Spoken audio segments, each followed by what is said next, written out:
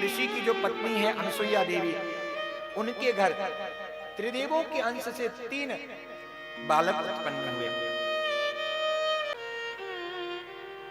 इनके घर ये 3 कैसे उत्पन्न हुए? अनसुईया मैया ने त्रिदेवों को प्रसन्न किया था और उनसे कहा था, आपके अंश से हम चाहते हैं तीनों हमारे घर पुत्र के रूप में पधारें। तो भोलेनाथ के अंश से दुर्वासा, नारायण के अंश से दत्तात्रेय और ब्रह्मा जी के अंश से चंद्रमा का प्राकट्य हुआ है। और मैया ने, अनसुईया मैया ने इस संसार में पतिव्रत धर्म को स्थापित करके दुनिया को बताया। इस संसार में पतिव्रता नारी से साध्वी कोई नहीं हो सकती है। जिसने पति के चरणों में अपनी निष्ठा लगाई है, पति के चरणों में जिसने अपनी एकाग्रता बनाई है, बाकी लिए संसार में कोई भी कार्य दुर्लभ नहीं है। श्री मैत्रेय मुनि कहते हैं, हे विदुर जी, इस प्रकार मैया अनसुईया का खूब चरित्र बढ़ा और तीनों दत्तात्रेय, दुर्वासा और चंद्रमा इस सृष्टि में सहायक उत्पन्न हुए। श्री दक्ष प्रजापति के घर पहले 16 कन्याओं का जन्म हुआ। दिव्य कमल नयनी कन्याएं थीं, जिनमें से 13 कन्याओं का विवाह धर्म के साथ हो गया। 14वीं जो कन्या थी वो अग्नि को ब्याही गई, 15वीं जो कन्या थी वो पितरों को ब्याही गई और एक कन्या जो बची थी उनका विवाह भोलेनाथ के साथ संपन्न हुआ। लेकिन हे विदुर जी, इनकी भी वंश परंपरा बड़ी नहीं। विदुर जी ने कहा, ऐसा क्या हो गया कि सती जी की वंश परंपरा आगे नहीं बढ़ी? तो बताया, अपने ही पिता के यज्ञ में प्राणों की आहुति दे दी थी और इसके कारण सती मैया के घर कोई संतान उत्पन्न नहीं हुई।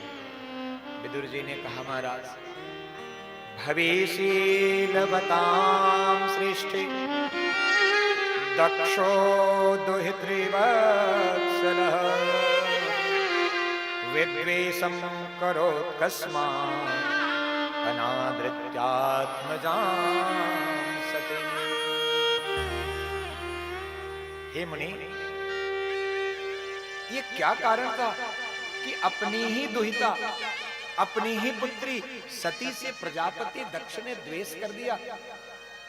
और यह किस कारण से हुआ जो अपने पिता के घर में आकर मैया सती ने अपने प्राणों का परित्याग कर दिया?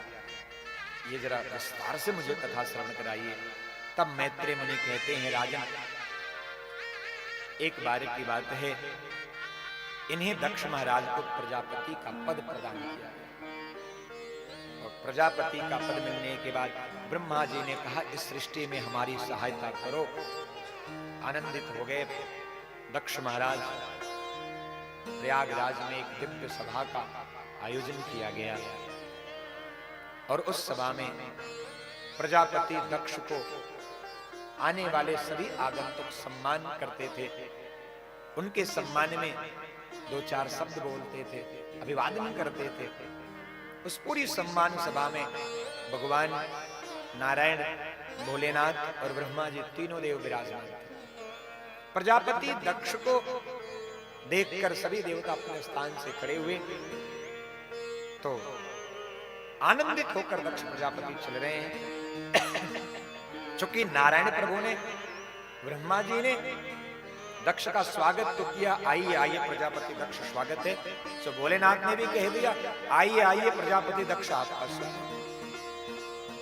अब बुद्धि बौरा गई कुर्सी मिलने के बाद प्रजापति दक्ष, ये तो नारायण प्रभु हैं, इन्होंने मेरा स्वागत किया, समझ में आ रहा है। ये ब्रह्मा जी परमपिता हैं, इन्होंने मेरा स्वागत किया तो समझ में आ रहा है।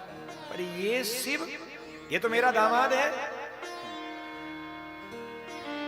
और इसको तो मुझे सम्मान करना चाहिए। अब देखो मन में गड़बड़ी हो रही। हमारे जीवन में दुविधा हमेशा रहती है।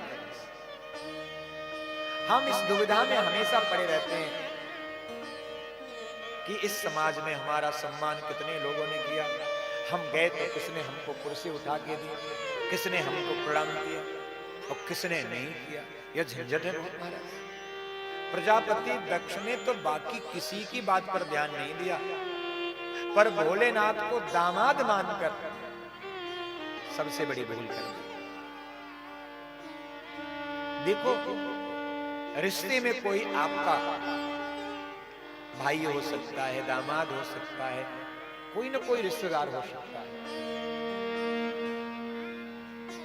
पर वाक्य प्रति आपकी श्रद्धा में कमी नहीं होनी चाहिए। भोलेनाथ दामाद हैं, इसमें तनिक संदेह नहीं है, पर प्रजापति दक्ष को इस बात को भी समझना चाहिए कि जिसको मैं साधारण दामाद समझ रहा हूं, वो तो त्रिदेवों में से एक है, जो इस सृष्टि में नारायण प्रभु और प्रजापति परमपिता ब्रह्मा के सहायक भी हैं। फिर भी अपराध हुआ और सभा में बोलने की बारी आई तो जिह्वा फिसल गई।